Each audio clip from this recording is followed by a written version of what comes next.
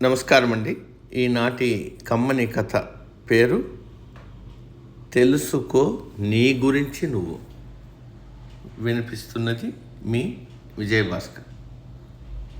ఒక ఊరిలో ఒక అబ్బాయి ఉండేవాడు. ఆ అబ్బాయి చాలా తెలివైనవాడు, మంచివాడు. కానీ ఎప్పుడు ఇతరులలో తప్పులు వెతికేవాడు. వాటిని అందరికీ చెప్పి ఎగతాళి చేసేవాడు, బాధ పెట్టేవాడు.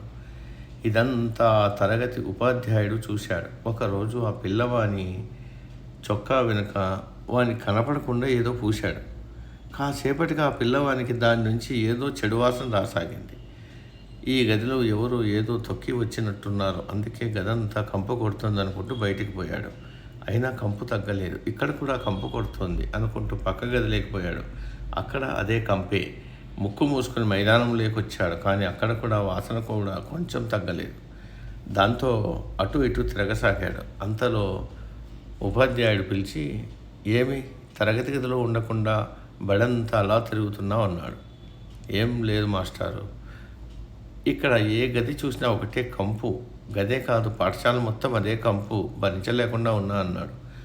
అప్పుడు ఆ మాస్టారు చిరునవ్వు నవ్వి, ఆ కంపు బయట నుంచి రావడం లేదు, నీ చొక్కా వెనుక నుంచి వస్తుంది. నువ్వు ఎప్పుడూ ఇతరులలో తప్పు వెతుకుతూ ఉంటావు, కానీ నీలో ఉండే తప్పులు అసలు తెలుసుకోలేవు కదా, అందుకే ఈ విషయం కనుక్కోలేకపోయావు అన్నాడు. ఆ మాటలతో ఆ అబ్బాయికి అంతవరకు తాను చేస్తున్న తప్పు ఏమిటో తెలిసి వచ్చింది. సమం.